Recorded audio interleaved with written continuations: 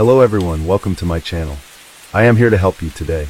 I know you use this video to fall asleep, so before that, like the video and subscribe to the channel. Also, where are you from and what time are you watching? Now get comfortable and relax. Case 1. A young father and mother are found dead in a car at a cottage in Castle Rock, Wisconsin. The man is sitting in the driver's seat and the woman is found in the trunk. Officials arrive and quickly determine that Leslie Howell and Trevor Buchanan have succumbed to carbon monoxide fumes that have been funneled into the car through a vacuum hose, apparently all set up by the deceased pair themselves. Combined, the two young parents had a total of 6 children. 4 were Leslie's and 2 were Trevor's. But the couple was not married. They were not even dating. They had been thrust together by deadly circumstances that neither of them ever saw coming. And with their deaths, the oddly connected couple took secrets with them that would remain unknown for decades to come. Colin Howell was born in 1959 and grew up amid intense political and religious conflict in Belfast, Ireland. The city was deeply divided between Catholic nationalists and Protestant loyalists. Despite the unrest, or perhaps as a result of it, many of the Irish turned to their religious communities for comfort and security. Colin's parents were no exception. They were evangelical Baptists who aimed to instill the importance of faith in their son. Growing up, Colin attended 3 church services every Sunday and was an active member of a Christian youth organization called the Boys Brigade. As a teenager, he aspired to become a missionary and sought the respect of his fellow churchgoers. However, his deep commitment to his beliefs often set him apart from his peers, leading him to become a loner.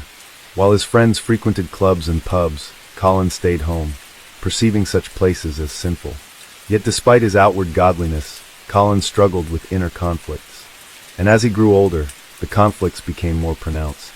In 1978, at the age of 19, he began buying pornographic magazines, quickly developing an obsession.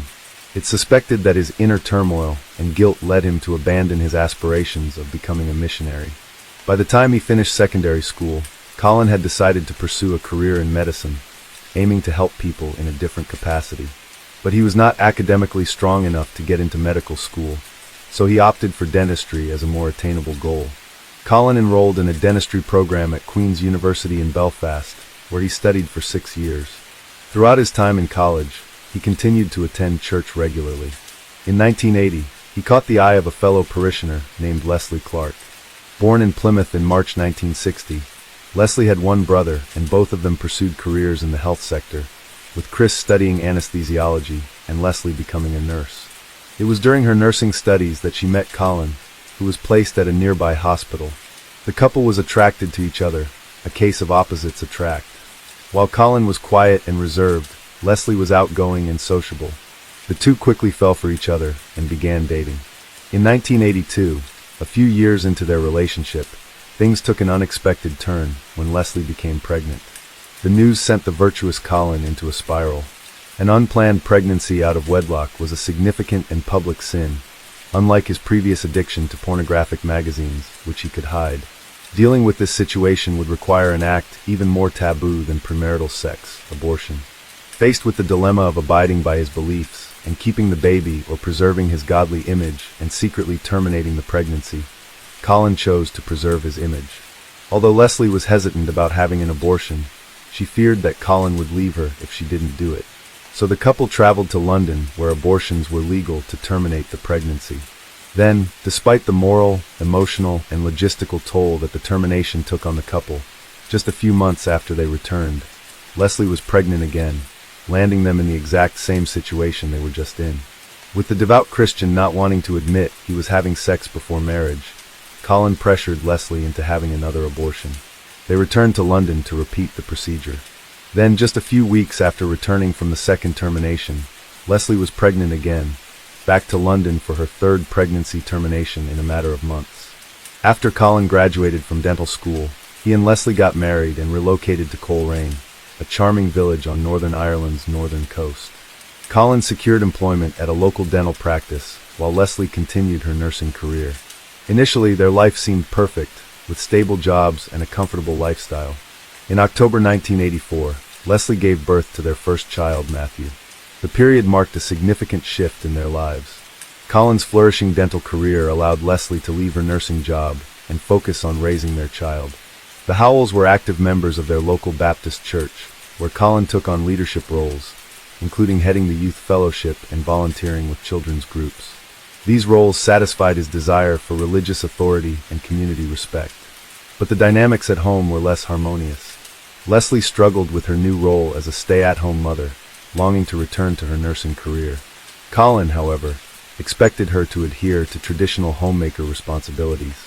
The tension was compounded with the birth of their second child, Lauren, in November of 1986, further increasing the demands on Leslie. The following year, Colin decided to advance his career by purchasing office space and opening his own dental practice. While the venture underscored his professional success, it did little to alleviate the unhappiness in his marriage. Colin hired a dentist, and his clientele quickly grew. The practice's success prompted Colin to stretch his finances to the limit by purchasing a large house in 1989. That was the same year they welcomed their third child, Daniel. The large house reinforced Colin's image as a family man within their church community. But despite the outward appearance the house reflected, reality was the opposite.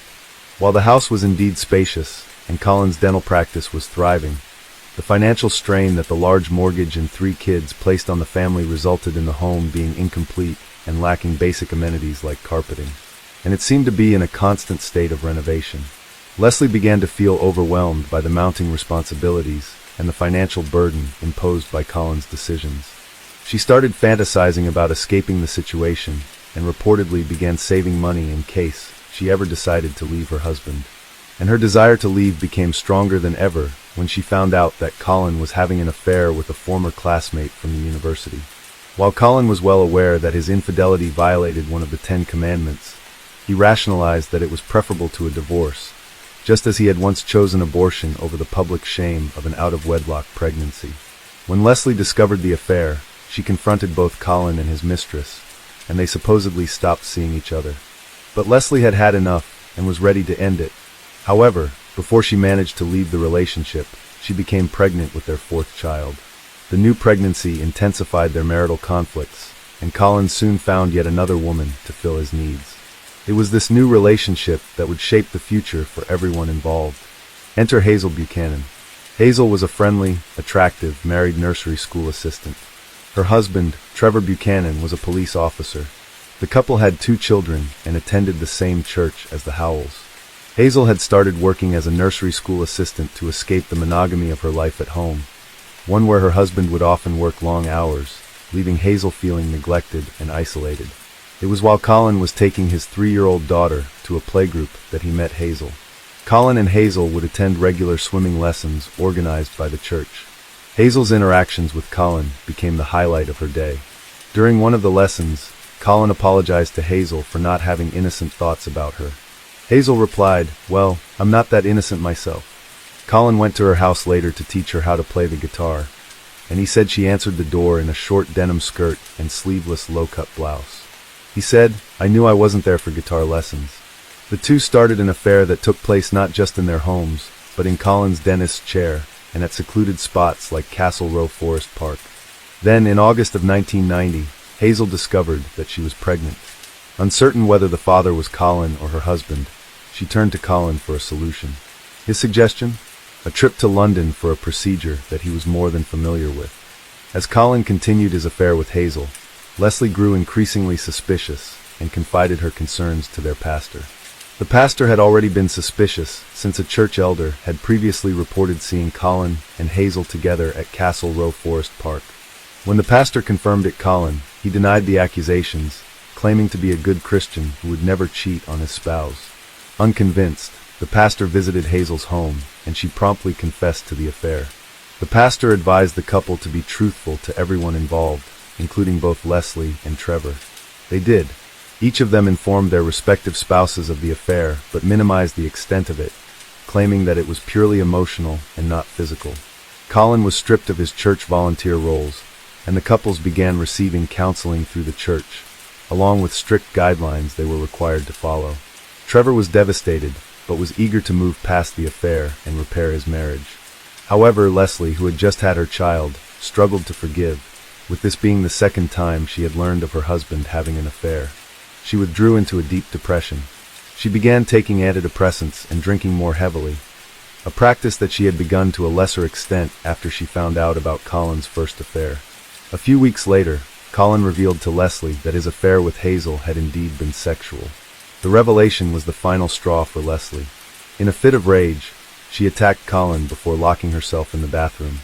She then ingested a large quantity of acetaminophen, attempting to overdose, then drove off, leaving a note behind that would eventually play a pivotal role in Colin's future plans. Colin called for help, and Leslie was found unharmed. She spent 3 days in the hospital recovering. After that, both Colin and Leslie appeared to genuinely try to repair their marriage, but that only lasted a few months before, unsurprisingly, Colin returned seeing Hazel. It was around that time in late April of 1991 that Leslie's father moved into the couple's home to help Leslie care for the children. Not long after he moved in, Leslie and Colin returned home from an evening at the theater to find her father, who had been suffering from flu-like symptoms, collapse on the kitchen floor. Emergency responders arrived, but it was too late. Examinations revealed that he had died from a heart attack. Leslie was shattered. The tragedy further reduced her support system and led her to increasingly rely on alcohol to cope. By that point, the couple's marriage was on the brink of collapse, but fearing the public stigma of a divorce, they continued to stay married. That was until Colin came up with a plan. Much like his earlier decisions to conceal premarital pregnancies with secret abortions, he sought another way out. On May 19, 1991, at around 8:30 a.m., a church elder received a phone call from Colin Howell. Colin informed him that Leslie had not been home since last night and that her car was gone. The elder rushed to the Howells' home. Colin told him that he thought Leslie might have gone off with Trevor Buchanan and asked for help in finding them. He suggested that they might be at some cottages called the 12 Apostles. The elder drove to the cottage Colin specified, but didn't see Leslie or Trevor. He returned to the Howells' home and relayed his findings, noting though that he had not checked the garage. So Colin called another church elder asking again to check the cottage. The elder drove to the location and didn't see anyone inside the house, but noticed a car in the garage with its driver's door open. But before he could investigate, he was distracted by what he thought was movement in an upstairs window. Suspecting that it was Trevor and Leslie, he called up to them, didn't receive a response, then returned back to the house to tell Colin. Then, a few hours later, Colin asked the first elder to return to the cottage to check again, this time providing him with the keys to the property. The elder decided to take a police officer with him this time. After searching the home again, they checked the garage. There, they discovered the bodies of Trevor and Leslie. They checked for signs of life, but there were none. Authorities were called to the scene. Leslie's car had been reversed into the garage. Trevor's body was in the driver's seat, and Leslie was in the trunk. A vacuum cleaner pipe was found near Leslie's head, loosely connected to the car's exhaust pipe. In the trunk, Leslie had on headphones connected to a Walkman and was surrounded by family photos. A forensic medical officer pronounced both Trevor and Leslie dead at 2:15 p.m., noting that they had likely been dead for at least 12 hours. Forensic examinations determined that both victims died from carbon monoxide poisoning. That finding, along with the accounts from Colin and Hazel, led authorities to conclude that the deceased pair, distraught over their spouse's affair, made it pact to end it all in the garage of that cottage. But had they? There were several indications that something more sinister may have been at play, starting with evidence that was clearly apparent at the scene, like the position of the driver's seat. The driver's seat where Trevor was sitting was positioned far too forward for Trevor's legs to fit properly. He would not have driven the car in such a cramped position. So, whoever actually drove the car to its destination was likely much shorter than Trevor. Colin Howell was significantly shorter than Trevor. Trevor's legs were so ill-fitting that one of his feet was actually dangling outside of the open car door, which led to another clue. Despite a hose being rigged to pump the deadly fumes into the car, Trevor's foot dangling out of the door meant that the car door was left open, and even the car window was left open as well. An ineffective way to trap fumes in the car. And although the scene was intended to look as though the couple had made a pact to end everything together, why were they separated? It seemed highly unusual that such a pact would result in them being in separate parts of the car. The more likely scenario would have been for them to both be in the front seats side by side.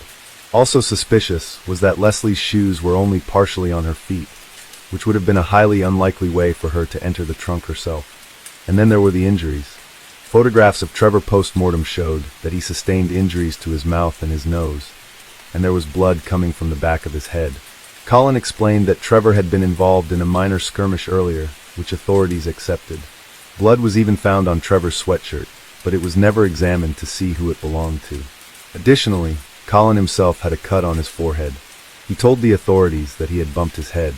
And remember how Colin insisted that the elders check the cottage. Despite his 3 separate attempts to direct elders to the place where victims would eventually be found, authorities failed to ask him why he was so insistent or how he knew. And then there was the issue of Colin and Hazel's credibility. Despite authorities knowing that both Colin and Hazel had lied to them about certain aspects of their affair, they still considered them credible witnesses and relied on their statements about what happened. There was also relevant information that authorities dismissed. They remained aware that Colin may have attempted to murder Leslie on a previous occasion. Friends of Leslie's reported that he had recently dropped an electric cable into her bath water while she was in it. And of course, there was money. Colin was in dire financial straits, but investigators did not look into the possibility of a financial motive for the deaths, including the existence of life insurance policies on both of the victims. But all of these eye-raising clues were not lost on everyone. At least 2 people expressed concerns to authorities about Trevor's injuries, and even one of the police officers shared his suspicion that Colin may be involved. But none of it was enough to combat the word of the charming, respected local dentist with his strong Christian ties and reputation. In addition to all of the clues that were ignored, the investigation suffered several other procedural lapses. There was no scene log and no sketches or measurements were taken. The deaths were ruled as self-inflicted, the case was closed, and paperwork was filed and subsequently lost. They had done it. Colin Howell and Hazel Buchanan had gotten away with murdering their spouses. Once Colin had come to the conclusion that his marriage was over, he devised a plan. One that would rid him of the spouses that were standing in the way of his romance, as well as net him the cash he needed to get out of debt.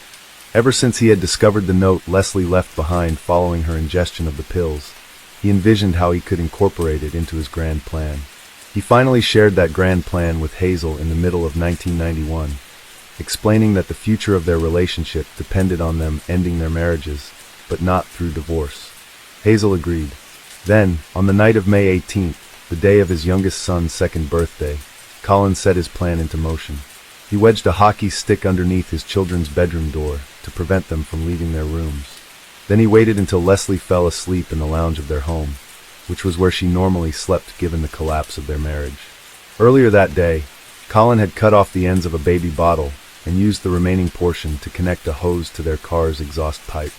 Once Leslie was asleep, he retrieved the connected hose from the garage, let it into the lounge, started the car engine, and left the room.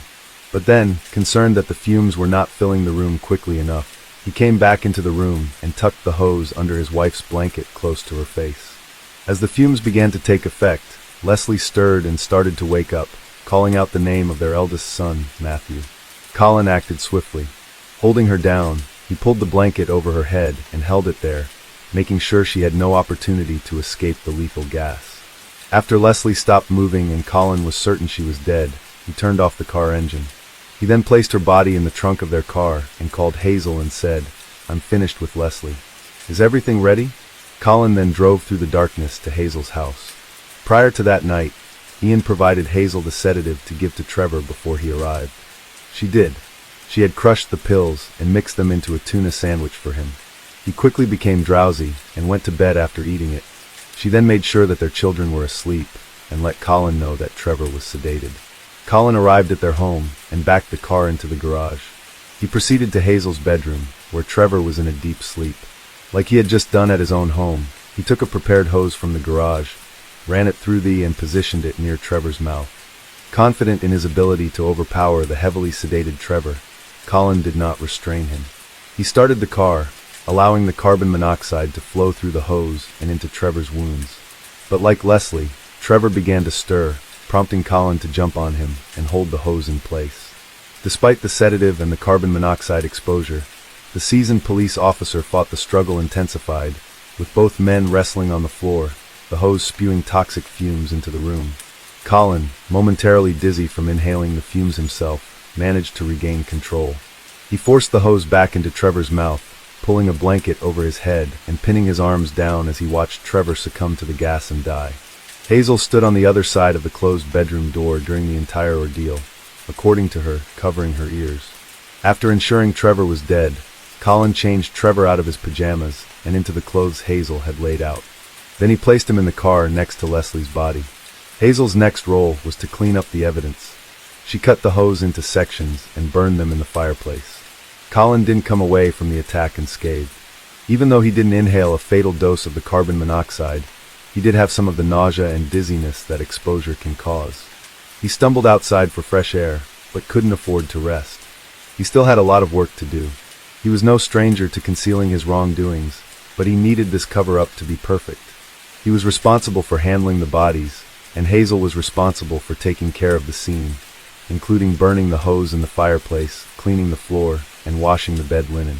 Colin had worn surgical gloves, but he knew how trace evidence could be left behind, so he insisted on a thorough cleaning. He drove the bodies to the empty cottage that had belonged to Leslie's recently deceased father. There, he arranged Trevor's body in the driver's seat, and Leslie's in the trunk, positioning her with headphones on and family photos beside her to make it appear as though she had died peacefully, listening to music. He also left the old note that Leslie had written back at their home, confident that he could use it later to support his cover-up. He then connected a vacuum cleaner hose to the car's exhaust, and ran it into the vehicle, turned on the engine, closed the garage, and left the scene, hoping that it would look like the two distraught spouses had made a pact to end it all together. Then, he retrieved a bike that he had previously hidden nearby and rode it home. Given the official ruling on Trevor and Leslie's deaths, their surviving spouses were ready to collect.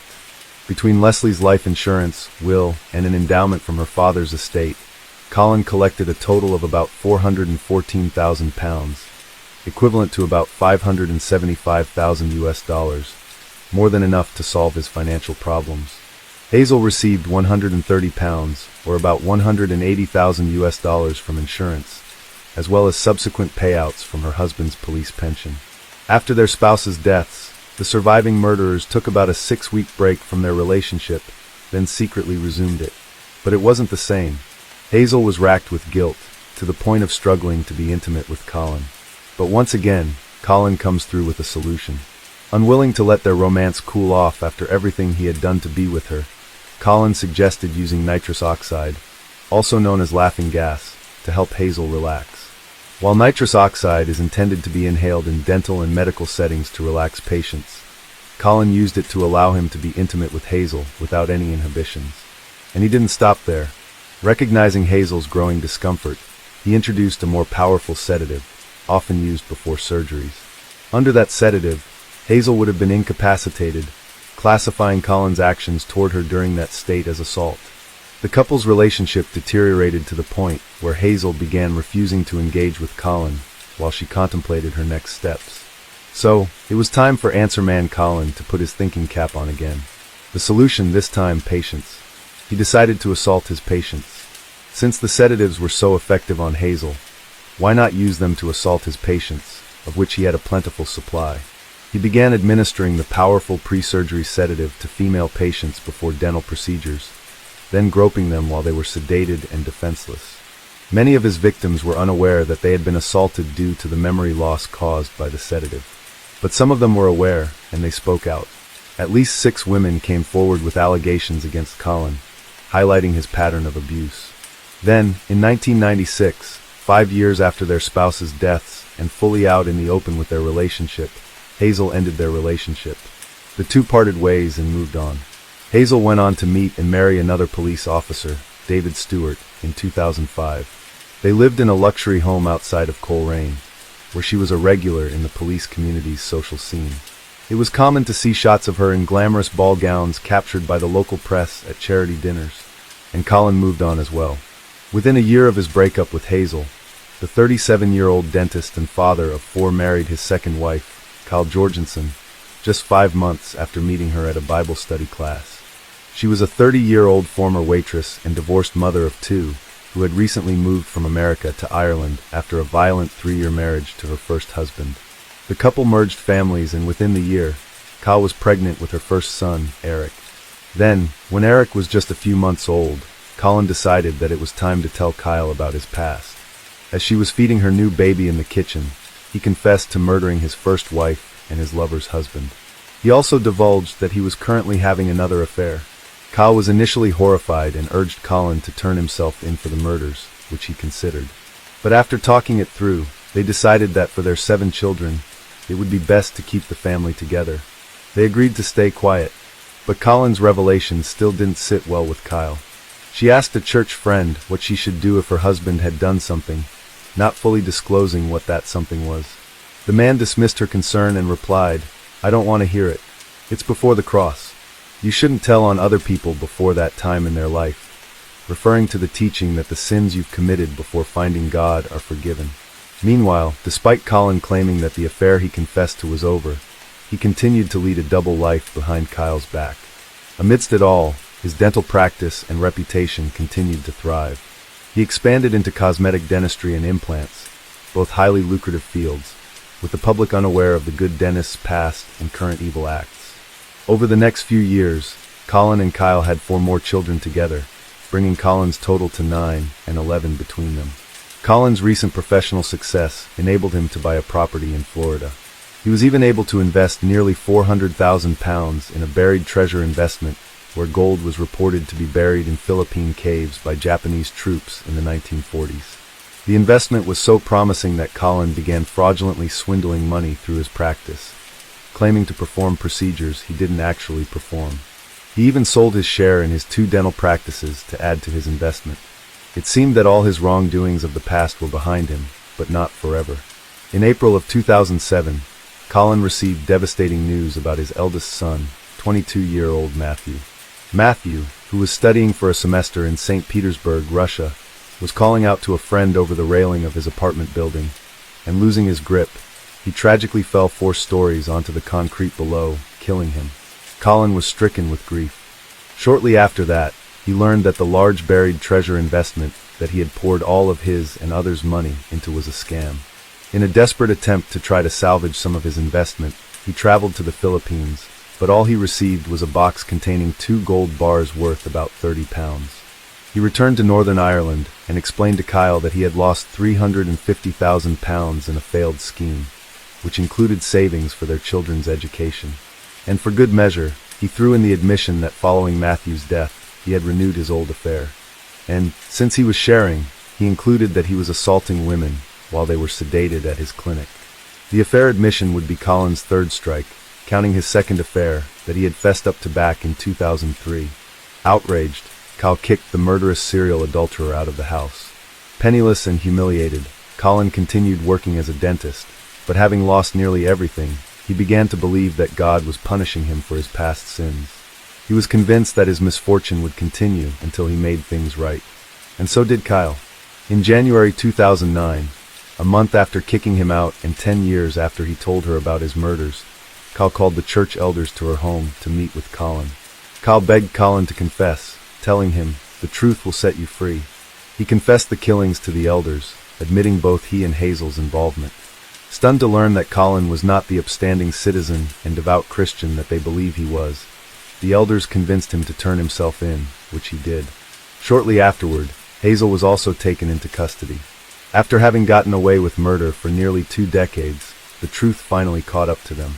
Despite Colin's confession, he pleaded not guilty to the charges, and so did Hazel. Before Colin's trial begins, Kyle filed for divorce and returned to her native America with her 7 children.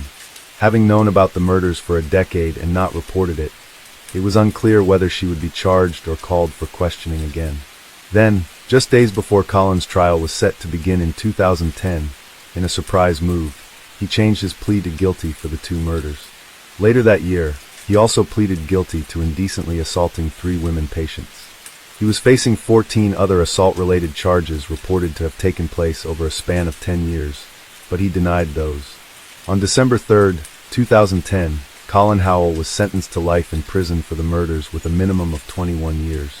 A few months later, he received an additional 5.5 years for the sexual assaults to be served concurrently with his life sentence.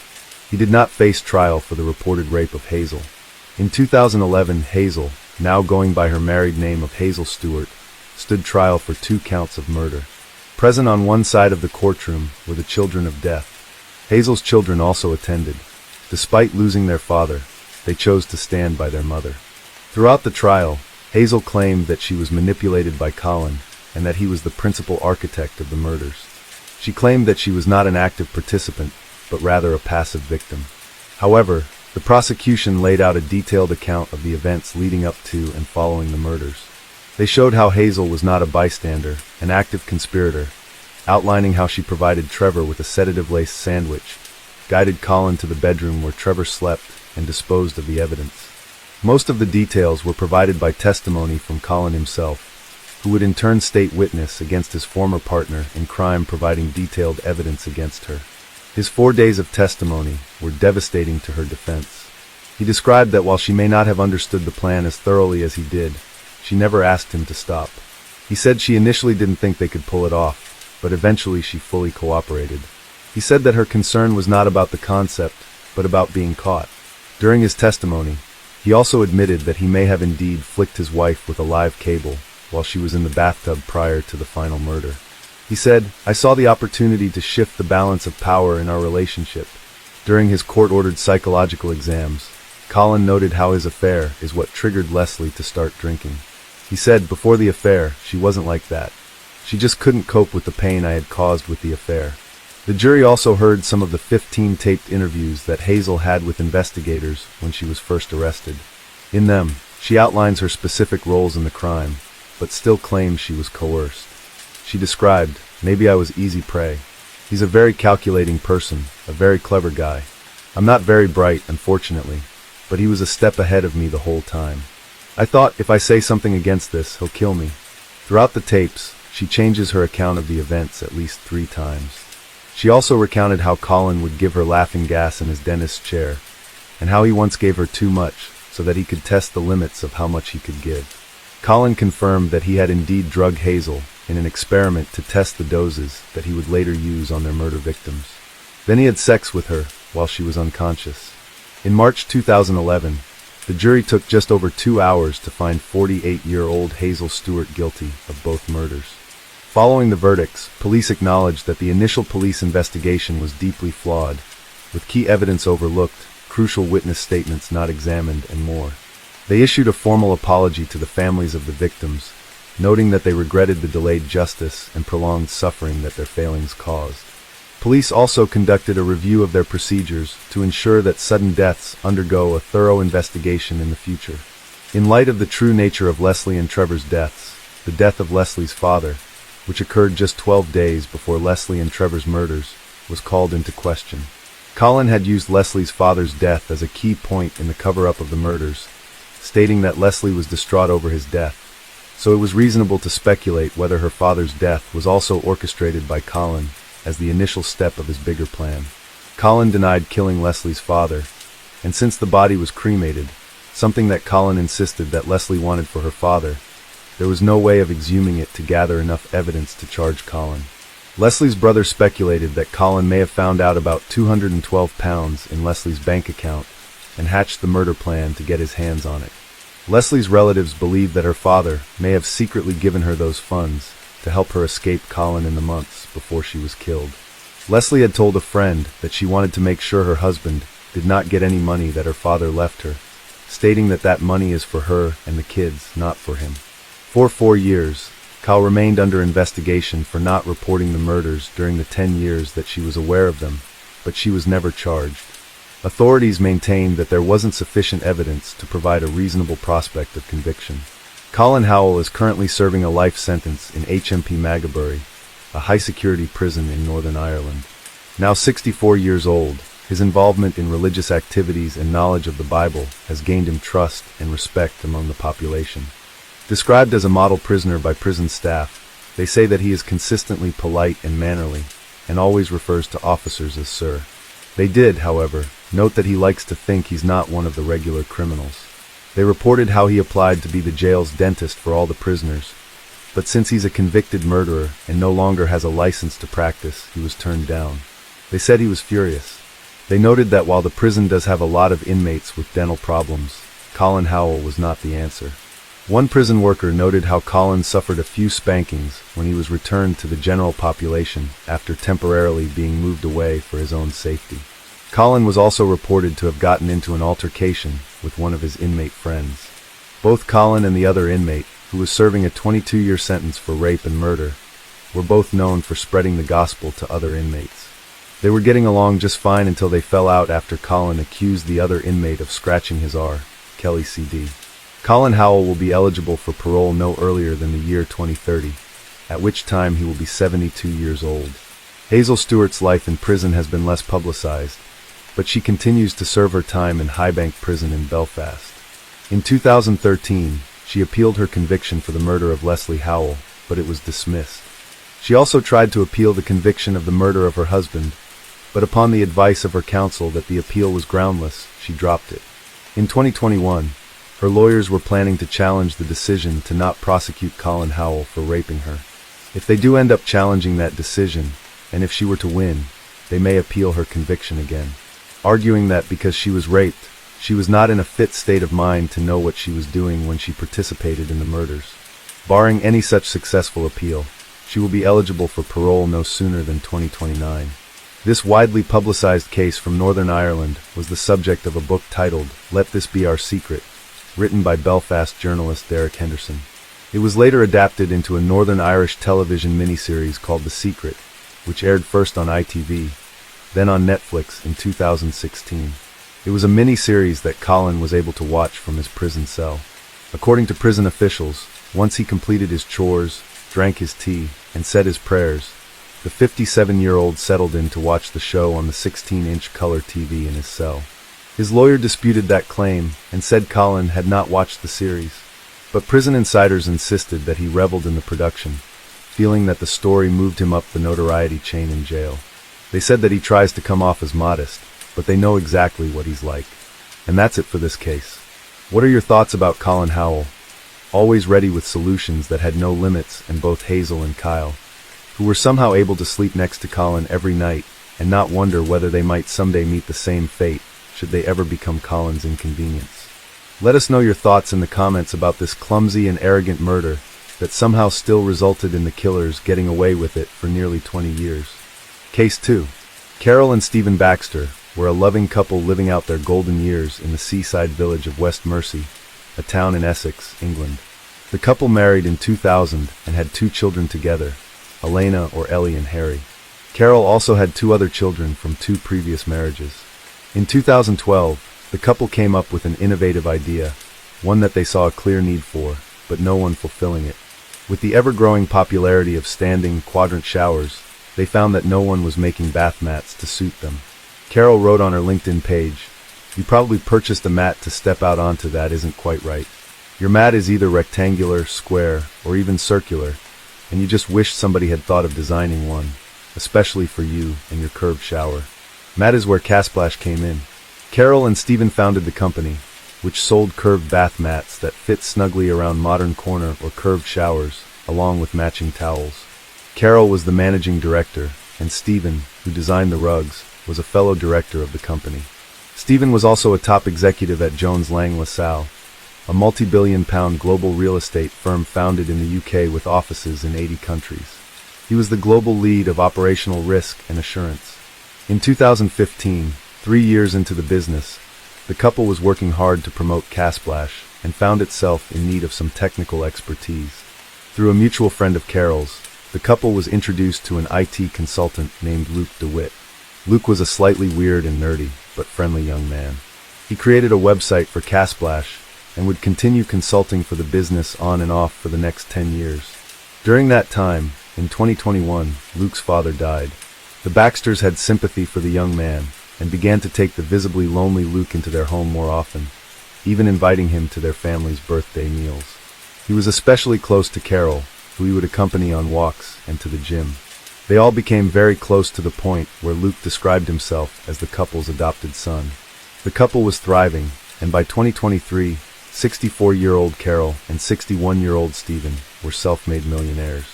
They began planning how they would spend their golden years together, taking early retirement and downsizing from their 5-bedroom, million-pound home to a bungalow. Carol planned to start taking art classes, and Stephen planned to play more golf. But the art classes and golf would never happen. On April 9, 2023, an Easter Sunday, Carol and Stephen's daughter, 22-year-old Ellie Baxter, had not heard from her parents for 2 days and became worried. She went to their home to check on them and noticed that the shades were still closed, unusual for the middle of the day. She knocked, but no one answered. So, she went around the back to see if she could get a look inside. She could. She could see her parents in the conservatory or sunroom, slumped in their armchairs but not moving. Something was definitely wrong. She immediately called Luke, who lived just a few streets down, and he rushed right over. Hearing Ellie shouting, "They're not moving," and hitting the windows, a neighbor came to help and gave her a hammer to break a window and get in. Ellie called 999, the UK's emergency line, and she, her partner, and Luke entered. Ellie had her 1-year-old son with her as well. On the 999 call, Ellie grew increasingly distressed as they entered the house. She tells the handler, "We need an ambulance right now. She's been poisoned, and my mom's not very well. They're poisoned. They're dead. They're frozen. They're so cold." With Ellie becoming overcome by what she's seeing, Luke takes over the call. "I need to come out, guys. It's their daughter, you can hear." "Yeah, it's absolutely fine. I'm going to go and get help for you now. Just get on the phone with me. Just tell me exactly what's happened and let me know, please, just so we can all go to bed safe." Well, we just turned up to the house and they hadn't really heard from anyone for about a day and a half. So we came round and their daughter got here first, and then they got around to the back, saw through their conservatory that they were sitting in their armchairs not moving, and we smashed the window to get in. I'm all ready to help you now. Just stay on the phone. Thank you. Thank you. Anytime we can wrap up soon. I need to go and be with my daughter. I appreciate it. I'm trying to be as quick as I possibly can, just so I can make sure we've got a helpful response. They've been really well, okay? I'll leave you in the first response hands, okay? All the best now. Thank you. Thank you. No worries. Bye. Emergency responders arrived, but it was too late. The Baxters were dead. Everyone was baffled. Both Ellie and the responders immediately suspected carbon monoxide poisoning, but the fire department quickly ruled that out, as well as any other dangerous toxins. With Ellie still understandably grief-stricken and distraught, police speak with Luke to try to get an account of what happened. "Anna, you say you last saw them on Friday. I got home just before 8, so that's when I left. And me and Steve were just talking about work and the business. Carol can't work anymore. Last year, she's not been able to do anything. So we were just having a chat, but he didn't really feel up to it. I was going to come back tomorrow and check on them again. I'm used to checking on them. They're always popping in, because they wanted this weekend. Then Ellie called me this morning, and I was always, well, I think we're both a bit uneasy. As you would be, understandable. Eddie popped by first, saw the blinds were still down, and immediately panicked. I was meeting them anyway, but Marcus called me, just giving me that they're in the chairs that we're going to be able to buy. So I literally ran from home to here to contact Daniel. Okay. And as soon as I got here, they just smashed the back window to get in. Okay, fair enough. So you last saw them alive on Friday. And have you seen them today? Did you go in to see them yourself? I've been in there, yeah. And I went upstairs, and the paramedic asked me to get all Carol's medication this year. She's got a low, because sometimes she'll have various things over the years, all the various operations she's had. I don't know if any of it's valid, but I know Carol. That's right. Yeah, they like to know what people take, gives them an idea of what they're suffering from. She's actually taken. There's quite a few she might take. She has every morning levothyroxine. But sometimes she forgets, and she can take it 6 or 7 times. I know that's a real issue. She doesn't know. She doesn't know. She's taken it loads of times. His statement about Carol forgetting whether she has taken her medication, leading to her sometimes taking it 6 or 7 times, was worrisome. At the beginning of July, over 2 months after the couple was found dead, an autopsy was performed. It revealed the couple had been poisoned. Stephen with a lethal dose of fentanyl, and Carol with lethal doses of fentanyl and promethazine. Fentanyl is a synthetic opioid similar to morphine, except that it's up to 100 times more potent. In the UK, fentanyl is not part of a nationwide opioid epidemic like it is here in the US. In the UK, a prescription for fentanyl can only be obtained in very serious cases where it is warranted. In addition to the autopsy results, authorities also learned that a year prior to the couple's deaths, multiple tacks were found in Carol's digestive tract after being admitted to the hospital for severe abdominal pain. Based on that finding, along with the autopsy results, a murder investigation is launched. Police arrested the 3 people who were closest to the crime: Ellie, her partner, and Luke. Police said that the arrests were to gain comprehensive accounts from them, and that they continue to remain open-minded as to how the couple died. Meanwhile, they continue investigating. They learn more about Carol and the reason she was taking all those medications Luke alluded to.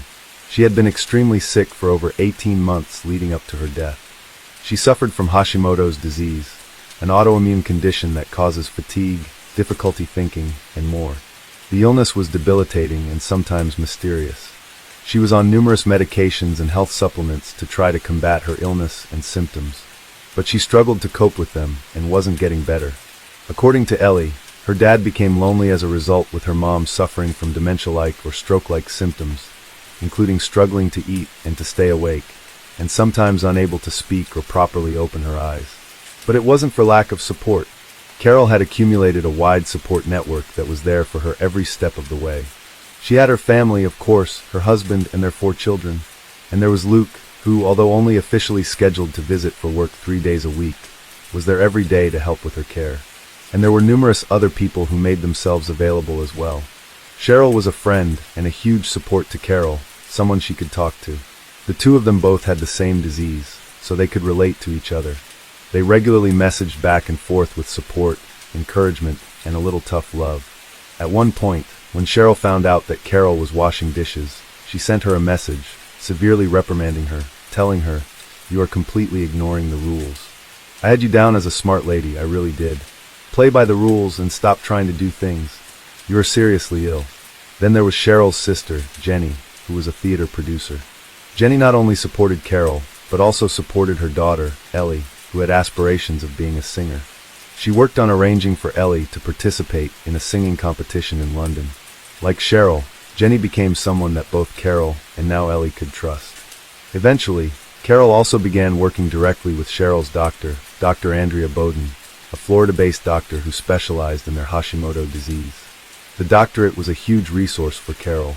Dr. Bowden would direct Carol's medical treatment, including taking numerous supplements, which Luke was a master at administering since he was there helping out daily. Carol affectionately referred to him as her mixologist, with him whipping up smoothies that contained the doctor-recommended nutrients.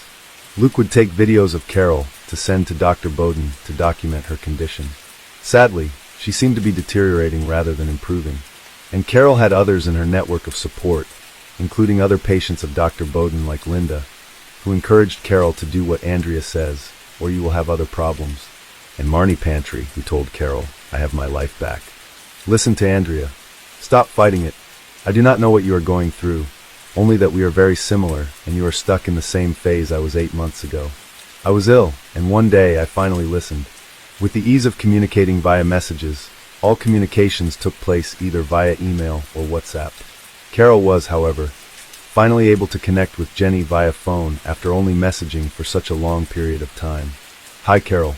It's Jenny. It's Cheryl's sister. Yes. Oh, so nice to finally speak to you after all these messages we've been doing." The network of those women and others helped Cheryl and her family work through Carol's devastating ordeal. With the autopsy results leading to landing the 3 possible suspects in custody, police moved swiftly to identify the culprit or culprits of the couple's poisoning. And it doesn't take them long. They quickly hone in on several findings that begin to make the culprit obvious, starting with the will. Subsequent searches of the Baxter home led to the discovery of both open and unopened fentanyl patches and a will. The 5-part will suspiciously name the Baxters' dear friend Lou DeWitt as the director and person of significant control of Casplash, and explicitly gave him control of making all business-making decisions. It stated that when their daughter Ellie, or Elena, turned 30, the directorship would split 50-50, but that Elena could not remove DeWitt from his directorship. It also stated that a grant of £60,000 should be given to the company out of the couple's estate to be used for new ideas.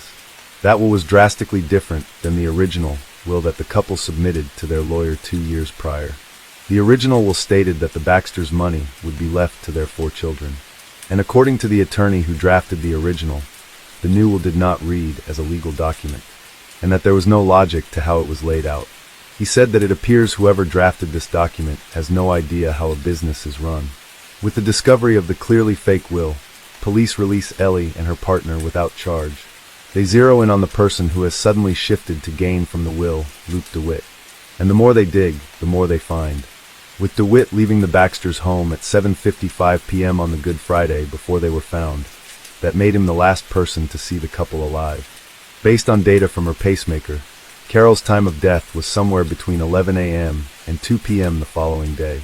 That meant that it took a full 15 or more hours for a poisoned Carol to die after DeWitt left the home. Stephen's time of death was not able to be determined. After DeWitt poisoned the couple and they were unconscious, he turned to Carol's iPad, which was open to her banking application, and transferred £6,000 from the couple's bank account to Casplash, the company he had just willed himself access to. When police arrested DeWitt, he had both unopened and opened packs of fentanyl patches right in his backpack. He had access to them since the death of his father, who had a prescription due to the pain he had from cancer, but when asked about them, DeWitt said they belonged to his granddad, who died a few weeks prior, and that he intended to return them to the pharmacy. They also searched his home. DeWitt had grown up in West Mercy, and he and his mother still lived together in the town, just a few streets over from the Baxters. The mother and son shared a bedroom. It contained 2 single beds. Hers had pink bedding, his blue. In their bedroom, police discovered even more fentanyl patches. They also discovered a box. It contained tacks similar to the ones found in Carol's abdomen just over a year prior to the murder. Inside the same box were what was described as a treasure trove of medicine capsules, which DeWitt had opened and emptied out. Authorities speculated that the capsules were the medium DeWitt used to administer the tack to Carol in an attempt to murder her back then. They traced DeWitt's purchase of the tacks to right before doctors found tacks in Carol's abdomen. Authorities wondered how this person was able to pull off deceiving such a smart, savvy couple for such a long period of time. They got their answer when they confiscated DeWitt's devices. They revealed that all of the confidants, all the resources, all the medical advice Carol was getting, was made up, as were the people delivering them. All of them. Lou DeWitt had fabricated them all. From Cheryl, to her sister Jenny, to Dr. Bowden, and 20 other distinct fake personas that would communicate with Carol and sometimes her daughter. They were all contrived by DeWitt. There were supporters, medical professionals, fellow sufferers, and more. Some were intended to discredit Carol's real doctor. Others were created to solicit trust, and others were intended to isolate Carol from her children. As with any effective scam, the web of deception was elaborate and extensive. DeWitt had even created a WhatsApp group of fabricated fellow Hashimoto's sufferers who would exchange ways of combating their disease. With all communications happening through messaging, it was all that the Baxters had to go on. They often attempted to connect in person with the people they grew close to. They would arrange meetings, but they would never happen, including one such arranged meeting that led the couple to drive 3 hours to meet one of the friends, and of course no one showed. At one point, the facade became too hard to maintain through messages alone. Remember when Ginny finally made her audio debut? I'm sure it surprises exactly no one that the recording was actually DeWitt practicing impersonating one of his made-up female personas. It later wouldn't surprise a jury either, which laughed out loud when the recording was played in court. Investigators would also discover another recording he had made to perfect that persona. And while the impersonations sounded ridiculous, their intent was cold and heartless. The fictitious Florida-based Dr. Bowden recommended remedies like kale and flaxseed smoothies, as well as generally advising Carol on what she could and could not do. One piece of advice was for Carol to distance herself from her family. The fictitious doctor wrote, one of the final personas DeWitt created was a Dr. Alan Mandel. Mandel was the persona who recommended a liver detox drink that authorities believed DeWitt used to administer the final lethal dose of drugs. The treatment was made to sound so beneficial that even Stephen agreed to it, along with Carol. He warned them that the drink would not taste nice. Law enforcement had their man, but who was Luke DeWitt? According to those who knew him, he had no interest in his social life, played a lot of video games, and occasionally attended Comic-Con. After drifting between odd jobs at age 22, DeWitt reportedly started up a website design company with a friend. But according to another friend, it was never a proper company, and all they succeeded in doing was creating a logo. Friends were shocked to hear of his arrests, with one friend incredulously checking to see if there could possibly be another Luke DeWitt, figuring they could not be talking about the mild-mannered person he knew. DeWitt was said to volunteer at a soup kitchen and not have a violent bone in his body. His call-in reserve character was clear, even back during his already incredibly polite arrest. so we can interview about the offense, enable any forensics that we need to be done, interrupt any co-defendants, and prevent any loss of damage or any evidence. So we'll be taking you up to chapter custody, and then there'll be a process from there, mate, right? Have you been arrested before? No. Never been arrested, no. No. The process will be explained throughout, obviously with the limited information we've got at the moment, but anything further will be explained throughout the investigation, alright? But one friend, although in agreement about DeWitt's nonviolent demeanor, speculated his motivation may be rooted in his desire to get back at everyone who had written him off, perhaps striving to commit the perfect crime. The friend commented that DeWitt thought he was cleverer than most people, and was sometimes frustrated that friends had moved on to better things. But while his non-violent demeanor and unassuming character may have deceived everyone, it made no difference to the circumstance he currently faced.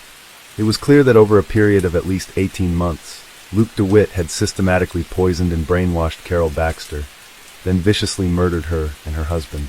And while Carol was indeed diagnosed with Hashimoto disease by her actual doctor, she was being properly treated for her condition. But once DeWitt became involved, he and his fake personas persuaded her to ignore her real doctor's advice, and her health began to decline. The personas convinced her that her poor health was caused by the disease and recommended various useless treatments. In reality, her debilitating symptoms were not due to her Hashimoto's, but were in fact due to her long-term exposure to the drug promethazine, which she was encouraged was good for her by the personas. It was determined to be one of the cruelest ways to poison someone, producing symptoms like dementia, Parkinson's, and possibly a stroke. As the investigation continued, authorities learned of the extensive lengths DeWitt had gone to pull off his devastating charade. Although DeWitt claimed to have a master's degree in computer science from the University of East Anglia, according to the university, they had no record of him having ever attended. And in order to gain sympathy, DeWitt had lied to the Baxter family about his own health. He told them he had cancer, and he would complain about constant headaches and fatigue. Ellie would later realize how that was yet another form of DeWitt's emotional manipulation and deceit. To pull off the 20 fake personas he'd invented, DeWitt had accumulated a whopping 80 separate devices. When he was arrested, he had 4 phones actually with him, and the remaining phones, iPads, laptops, and more were found in his home and job.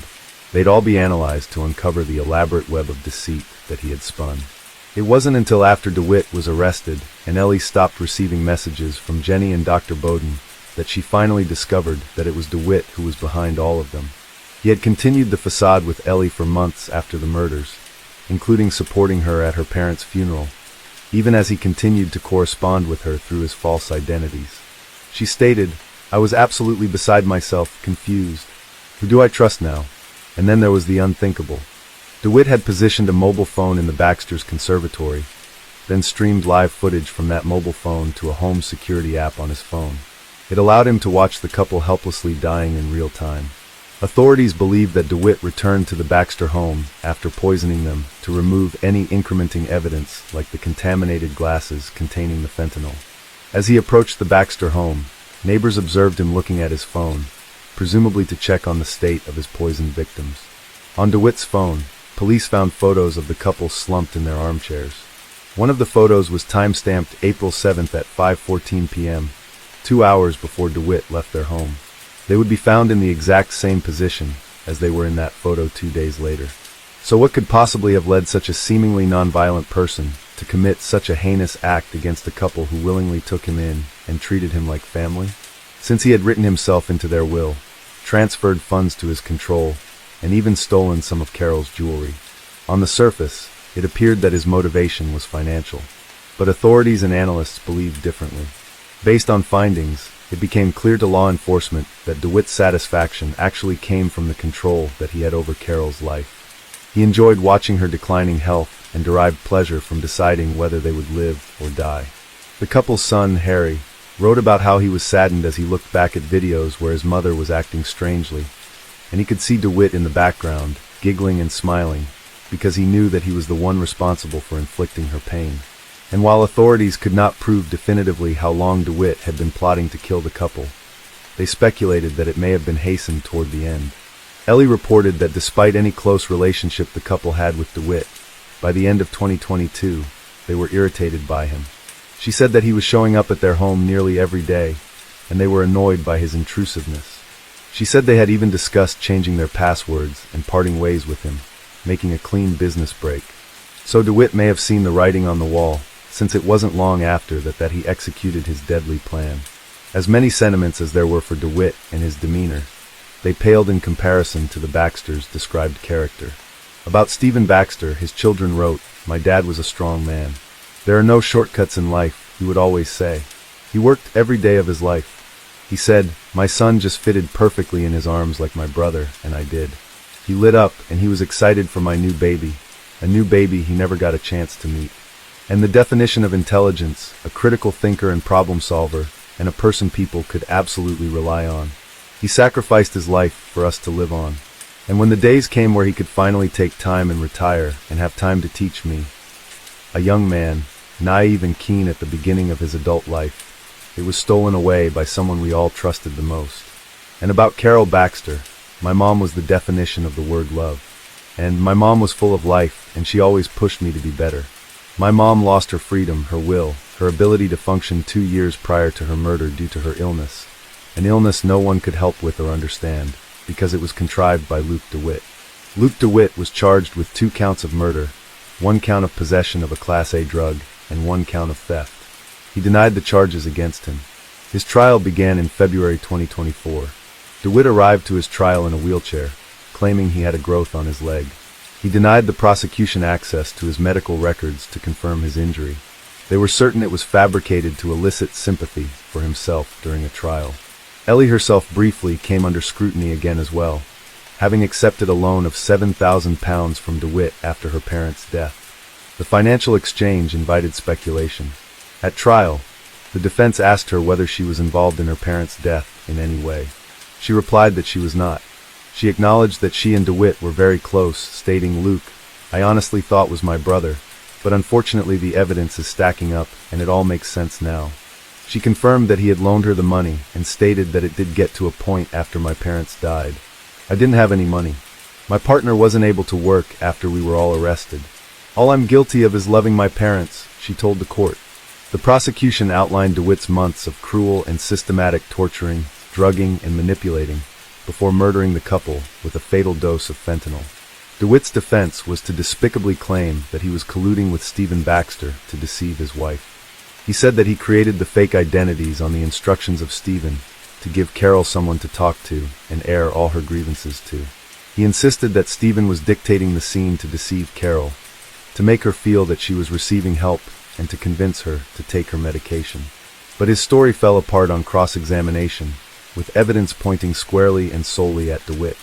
The trial lasted 5 weeks, and on March 20th, after 8 hours into deliberation, the jury unanimously found 34-year-old Lou DeWitt guilty of the murders of Carol and Stephen Baxter. As the verdicts were read, Ellie Baxter wept, and DeWitt remained emotionless in his wheelchair. For the sentencing, the judge weighed whether DeWitt was eligible to receive a whole life order, which is a sentence where the offender would spend the rest of their life in prison without the possibility of parole or early release. In order to impose such a sentence, a crime would need to be considered sadistic. While this crime was cruel and senseless, the judge was not sure that it could properly be described as sadistic. So Lou DeWitt was sentenced to life in prison in order to serve a minimum of 37 years, instead of a whole life order. While it has not been reported which prison DeWitt was sent to, most offenders in his jurisdiction are sent to HM Prison Chelmsford, which is a Category B men's prison and young offenders institution in Chelmsford, Essex, England, built in 1825. The prison is operated by His Majesty's Prison Service. While the prison has a history of poor and unclean conditions, in the past 2 decades it has cleaned up its act.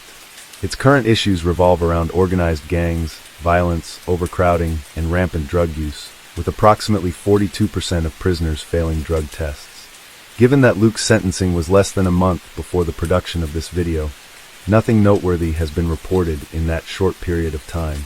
We hope this video did justice to Carol and Stephen Baxter. It's the quiet, unassuming killers that roam among us that are the most terrifying. A detective superintendent from the Kent and Essex Serious Crimes Directorate stated that he considers DeWitt, without doubt, one of the most dangerous men I have ever experienced in my policing career. Given that DeWitt held onto his father's fentanyl packets after he died in 2021, It made authorities wonder how many more murders he planned on carrying out. Case 3. Anna Mariah Wilson was born on May 18, 1996 to parents Eric and Karen Wilson. Mariah, who was fondly known as Mo, grew up in Kirby, a small town in Vermont, along with her brother Matthew. They were a small, loving family that was active and loved the outdoors. As a child, Mariah was both driven and determined. Her mother described her as having a quiet determination, and friends noted her humble, respectful confidence. From the very beginning, Mo was a perfectionist almost to a fault. Her mother recalled how when she was in 7th grade, the head of school asked her how she was going to deal with her perfectionism. She replied that she was going to start with a clean plate. Her mother laughed, knowing her daughter meant a clean slate. But plate was so much cuter. Mo grew up near Vermont's Kingdom Trails, a mecca of trails for skiers and mountain bikers. And coming from a family of athletes, sports had a strong influence in her household. Her father, Eric, raced on the U.S. ski team, her mother, Karen, as a cycling instructor, and her aunt, Laura Wilson Todd, was a 2-time Olympic cross-country ski racer. And that was the sport that Mo gravitated toward as well. Mo attended Burke Mountain Academy, a private college prep high school in Vermont specializing in training alpine ski racers. By her sophomore year, she was ranked 3rd in the nation in giant slalom for her age group. That was the same year she tore her ACL. She recovered, and after graduating in 2014, she attended Dartmouth College and fulfilled her childhood dream of joining the Dartmouth Alpine ski team. She then promptly tore her ACL again. Believing embracing adversity, she set out to tackle her injury head-on. She began cycling to rehabilitate her ACL and soon discovered a new passion. She wanted to become a professional cyclist. She graduated with a degree in engineering in 2019, and while she joined the corporate world working at the bike designer and manufacturer Specialized, her off time was spent skyrocketing to the top of the professional cycling world. While Mo had done mountain biking when she was a young child, she had never done gravel cycling, which involves riding on unpaved roads of open gravel, dirt tracks, and other compositions. But within 3 years of mountain and gravel bike racing, she had become the winningest professional off-road cyclist in America, known in part for her vicious climbs. Mo went from having never competed at the national level to winning, or coming in second in nearly every highly competitive race she entered, unheard of for someone so new to the sport. Her trainer noted how out of the gate her numbers clocked in at World Cup levels. So in 2022, after over 2 years of COVID pandemic repercussions that allowed her more time to train, Mo took the leap, moved to San Francisco, and quit her full-time job so she could dedicate herself to professional racing. By everyone's account, Mo was poised to become the top bike racer in the country, possibly the world. But to be successful as a professional racer, you have to do more than just win. You need sponsors. Enter professional cyclist Colin Strickland. Colin was popular and well-established in the cycling community, having competed both nationally and internationally, and having raced about 10 years by that point. Born November 7, 1986, Colin Strickland grew up in Johnson City, Texas, on an organic farm. Mo met Colin Strickland in September of 2021 at a bike race in Idaho. With Colin having landed, sought-after sponsors like Red Bull, Allied Cycle Works, Raffi, and more the two connected, with Colin advising her on the ropes of landing sponsorships. At the time they met, Colin was dating a woman named Caitlin Marie Armstrong. Born on November 21, 1987, Caitlin grew up in Livonia, Michigan, where she was known to be friendly, outgoing, and athletic. In high school, she was voted best hair for her class of 2005. After attending a community college, she went on to attend Eastern Michigan University. And after that, she entered the workforce in finance, then switched to being a real estate agent while also teaching yoga on the side as a certified yoga instructor. Caitlin and Colin had met on a dating app in 2019. They began an on-again, off-again relationship that would span 3 years. Caitlin started getting into cycling like Colin. She became addicted to it and began racing on an amateur level. While they had their ups and downs, the couple continued seeing each other. Then, after the historic 2021 winter freeze in Texas resulted in Caitlin's apartment being flooded, the couple moved in together. They also started a business together, restoring old trailers called Wheelhouse Mobile. One of the off-again periods of their relationship happened in October of that year, a month after Colin met Mo. The couple had gotten into it over Colin going on a mountain bike ride with Mo and some other female pro cyclists, and not inviting Caitlin. While Caitlin and Colin were broken up, he and Mo had a brief romantic relationship. Caitlin was also seeing other men at the time as well. Shortly after that, Colin and Caitlin decided to get back together, reverting his relationship with Mo back to a friendship and professional relationship, according to Colin. Less than a year later, on May 10, 2022, 1 week shy of her 26th birthday, Mo traveled to Austin, Texas ahead of a race that was to take place in nearby Hico, Texas, the gravel loca bike race. Mo was favored to win the race. She was staying at the apartment of her friend, Caitlin Cash. Once she was settled in, Mo contacted her friend Colin to see if he wanted to hang out. She texted him, "Do you have plans tonight?" He replied, "Want to go swimming? Maybe swimming in a beverage?" It was a plan. The two met up a few hours later. They went swimming at a local swimming pool, then headed to a place called Pool Burger for a bite. Then Colin dropped Mo back off at her friend's apartment and headed back home. But tragically, that would be the last time he would see Mo alive. That was at just after 8:30 p.m. Caitlin Cash, the friend Mo was staying with, had been out herself that evening and arrived home about 10 p.m. to the unthinkable. She found her friend lifeless on the bathroom floor. She immediately called 911 as she began CPR. But her friend had been dead over 45 minutes by that point. Police arrived, and the news of the killing began making headlines before police divulged any identities.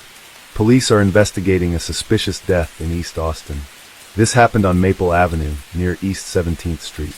Overnight, a woman called police saying she found her friend inside her house unresponsive, and there was blood near her.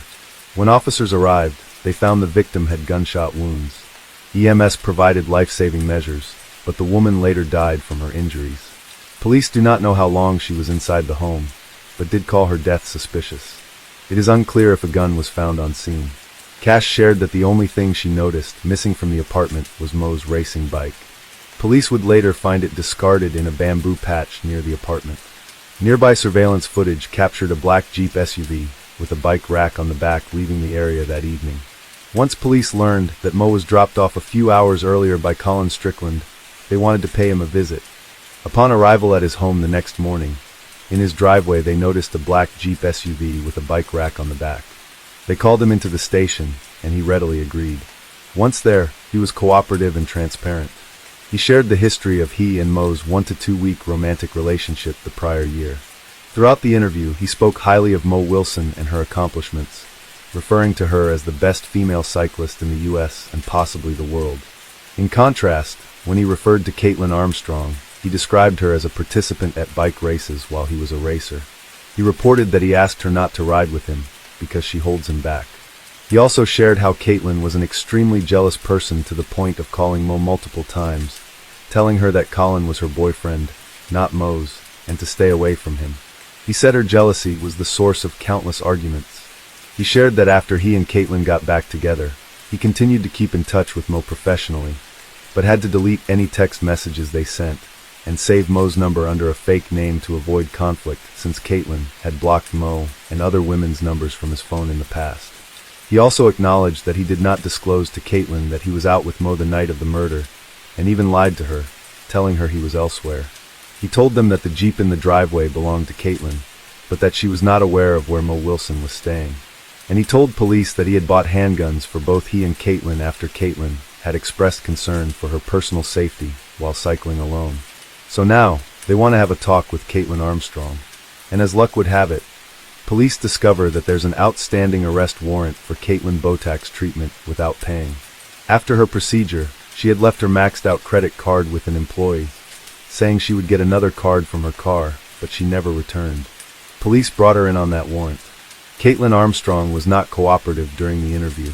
Typically, innocent people are eager to share their lack of involvement and clear their names, but not Armstrong.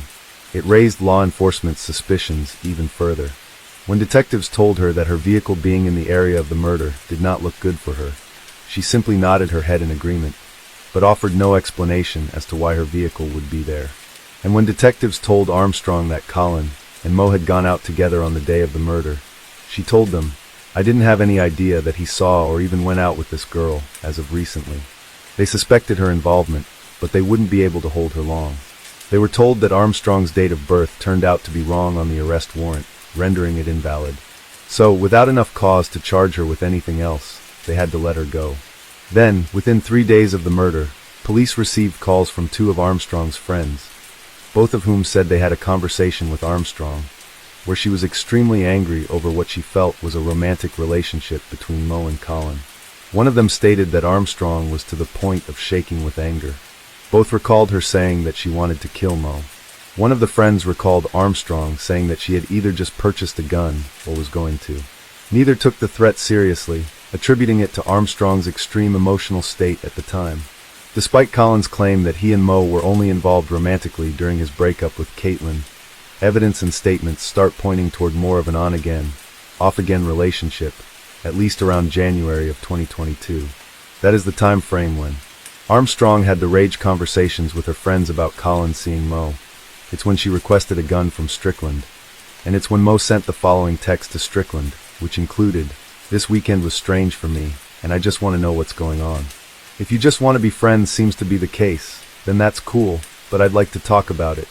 The next day Colin replied, "Caitlin came along to go to a meeting about the Sprinter Spartan Hotel project." In hindsight, this was not a good idea. It appeared to law enforcement that even if Strickland saw their relationship as platonic at that time, Mo did not. What was unarguable was that Strickland's name was associated with the crime. He acknowledges much by posting a statement on social media expressing, "There is no way to adequately express the regret and torture I feel about my proximity to this horrible crime." That proximity acknowledgement triggered several of his sponsors to promptly drop him. Based on all the findings and evidence accumulated over the next few days, as well as later court testimonies, law enforcement was able to establish a clear picture of how the evening transpired. After Mo and Colin went swimming to cool off on the 80-degree day, they stopped to eat at Pool Burger, where they were seen on the restaurant's surveillance camera. Their neutral interactions appeared to reflect the strictly platonic relationship they were having at the time, just as both Mo's family and Strickland maintain. After eating, Strickland drove Mo on his motorcycle to her friend's home. He dropped her off at 8:35 p.m., then left for home. 1 minute later, he pulls over and sends a text to Armstrong. "Hey, are you out? I went to drop some flowers for Allison at her son's house up north, and my phone died. Heading home unless you have another food suggestion." Then, a minute after that, a neighbor's Ring doorbell camera captures Armstrong's black Jeep SUV pulling up to and stopping at the home where Mo was staying. Shortly after that, the Ring camera shows the Jeep leaving. Turns out Armstrong actually did know where Mo was staying. She was using a fitness app called Strava, which cyclists use to track their bike ride data.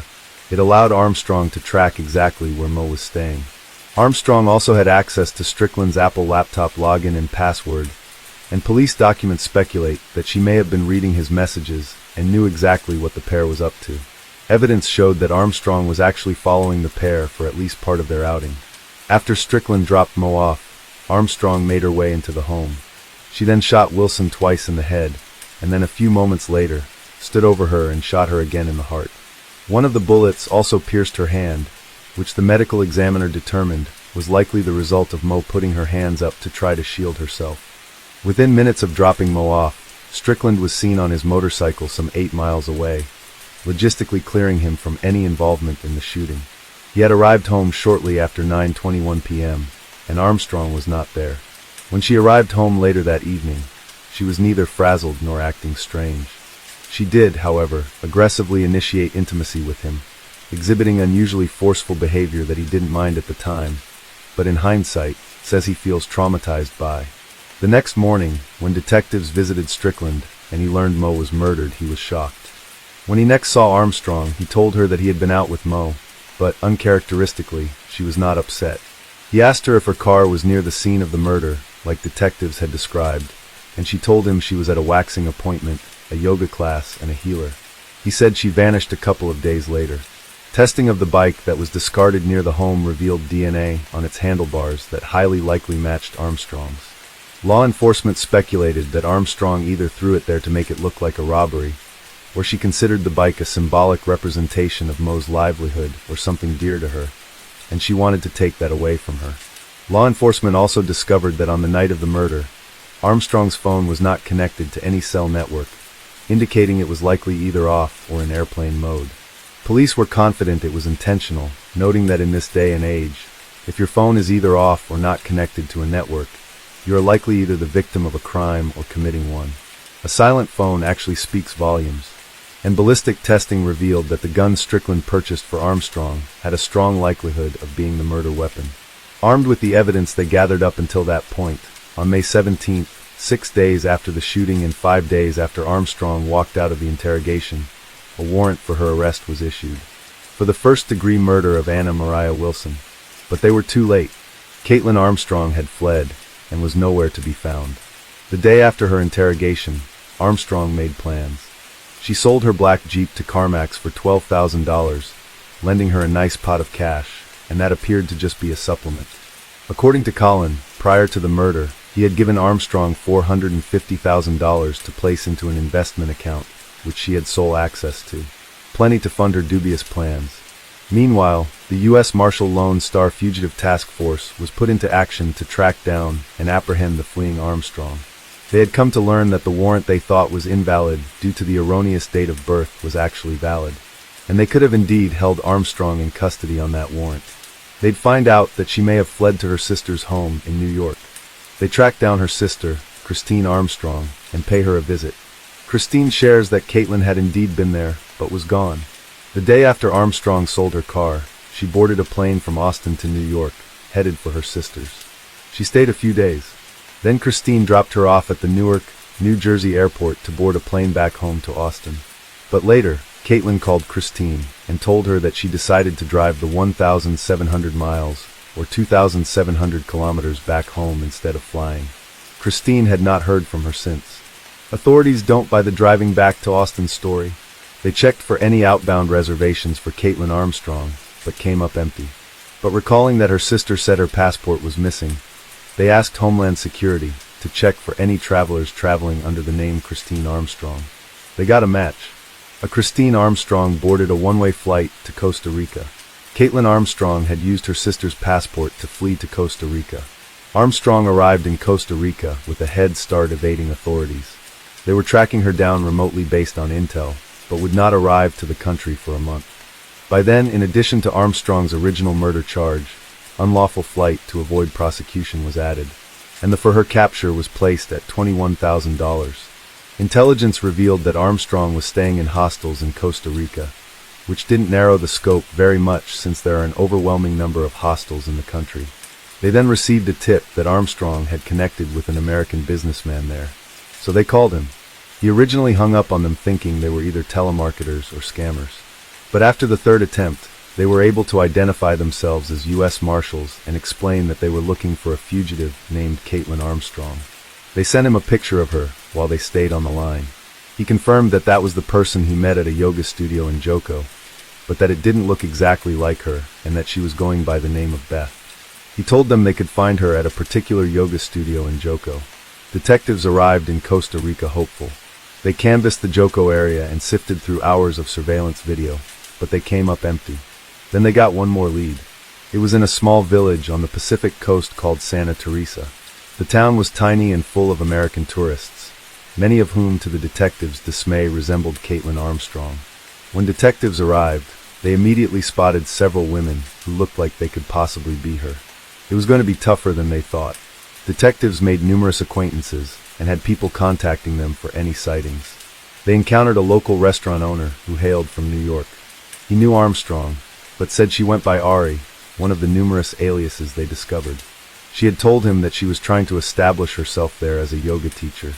The restaurant owner had noticed a bandage on her face, which she told him she got from being hit by a surfboard. A reasonable cause, but they still couldn't track down Armstrong. So detectives got clever. They placed several ads, posing as a hostel looking for a yoga instructor. It seemed promising, but after a week of no responses, it was time to throw in the towel. They left the small town and returned to San Jose, preparing to head back to the States. But before they could actually head out, they got a hit on the ad.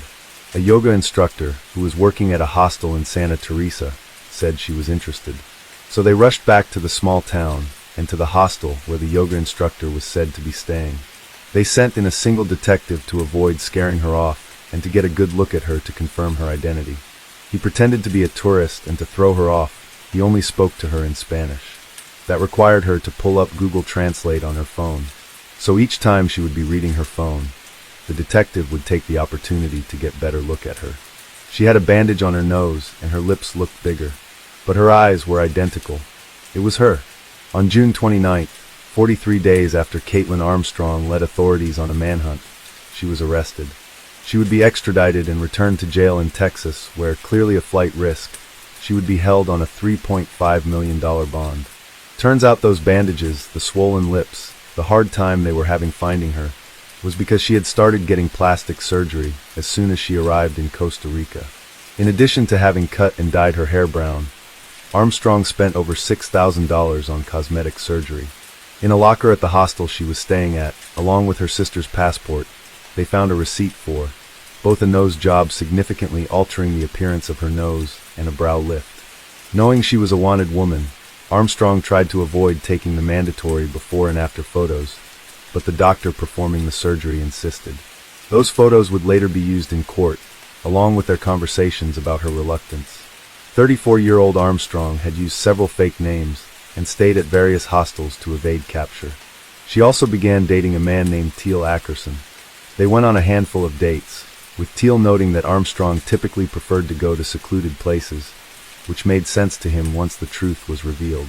After he found out who she really was, he said that he had not recognized her from the photos put out by U.S. Marshals because she looked that different. While the spotlight was on the brazen fugitive who so callously murdered, then set out to protect her freedom in the most extreme manner possible, the focus deserved to be on the unique rising star whose life impacted so many around her. The cycling community and Mariah's friends and family mourned the tremendous loss of the woman who used whatever position she had to make a difference in whatever way she could. She wanted to do more than just win races. Trying to figure out, how can I make this more than just about that? How can I inspire people? How can I give back to the cycling community? How can I bring more people into the sport? How can I make it more inclusive? Whatever it may be, all that stuff is really important to me, I think, and I want to find meaning and purpose in cycling that goes far beyond the results. Her community mourned their unspeakable loss. The potential, the kindness, the person. On October 11, 2023, over a year after she was arrested and a few weeks before she was set to stand trial, Caitlin Armstrong escaped. She started by spending months vigorously training in her cell and throughout the facility, much of which was captured on jail video footage. Then, she executed her meticulously planned escape by faking a leg injury that would get her from her jail cell to an outside doctor's office in town. Authorities believe she chose to fake a leg injury so that she wouldn't have to wear leg restraints. Once the appointment was over and they were walking out to the transport vehicle, she managed to bolt away from the two officers who were escorting her. She ran more than a block and tried to scale a 6-foot wall, but failed. Officers were able to yank her back to the ground after her striped uniform pants slipped off while scaling the wall, revealing thermal pants underneath which she wore, planning to blend into a crowd once she escaped. The officers both sustained minor injuries to their arms and knees, resulting in a new felony charge of escape-causing bodily injury. The charge would be dismissed a few days later. Caitlin Armstrong's trial began on November 1st, 2023. Prosecutors laid out a graphic timeline of events that led up to the deadly shooting, starting with Armstrong logging into Strickland's email and Instagram accounts, all the way up to her standing over Emma Wilson as she ended her life. They outlined her time on the run, including presenting the receipt for her plastic surgery, along with evidence of Google searches liked, and whether her phone could be tracked if she didn't make phone calls. All were consistent with her trying to evade capture, but defense argued that they had no direct evidence linking Armstrong to the murders. No one saw her committing the murder. Surveillance footage never showed her entering or leaving, and they argued that the ballistic evidence was not definitive. They claimed their client was trapped in a nightmare of circumstantial evidence, and that law enforcement had a theory of what happened and sought out the evidence to fit it. They argued that the reason she fled and tried to disguise her identity was that she was scared of her boyfriend. It was split. Colin Strickland was called to testify and was less than accommodating. At a time when it was time to fight for justice for M.O., he was typically uncooperative and aloof on the stand, even described as arrogant. Most reports speculate due to his cycling career being over.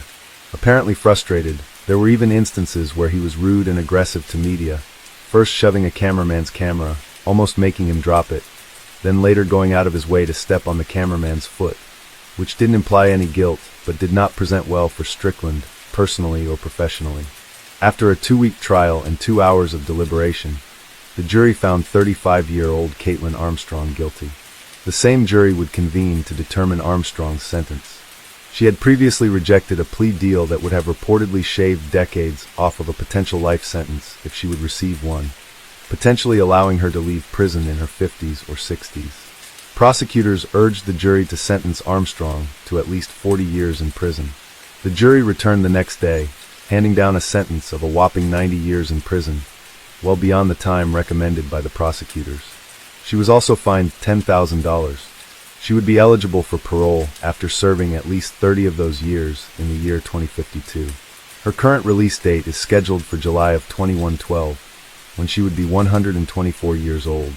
Caitlin Armstrong is currently serving out her sentence at Dr. Lane Murray Unit, a women's prison located in Gatesville, Texas. At the making of this video, it has been 6 months since she was sentenced and little is known about her experience there. It is known that Murray is one of the many prisons in Texas, and its unbearably hot summers that does not have air conditioning. So there's that. A month after Armstrong was sentenced, her new attorney filed a motion for a new trial claiming that her previous attorneys did not present enough character witnesses to demonstrate Armstrong's traumatic childhood. The motion also claimed that she was pregnant about the time she was arrested. Her new attorney claimed that had more witnesses testified about Armstrong's traumatic life, and had they known she was pregnant around the time she was arrested, her punishment might have been less severe. The court filing did not state who she was pregnant by, what happened to the pregnancy, or any evidence supporting it. Many speculated that it was yet another attempt by the convicted murderess to avoid facing the consequences of her selfish, brutal act. Colin Strickland has essentially vanished from the public eye.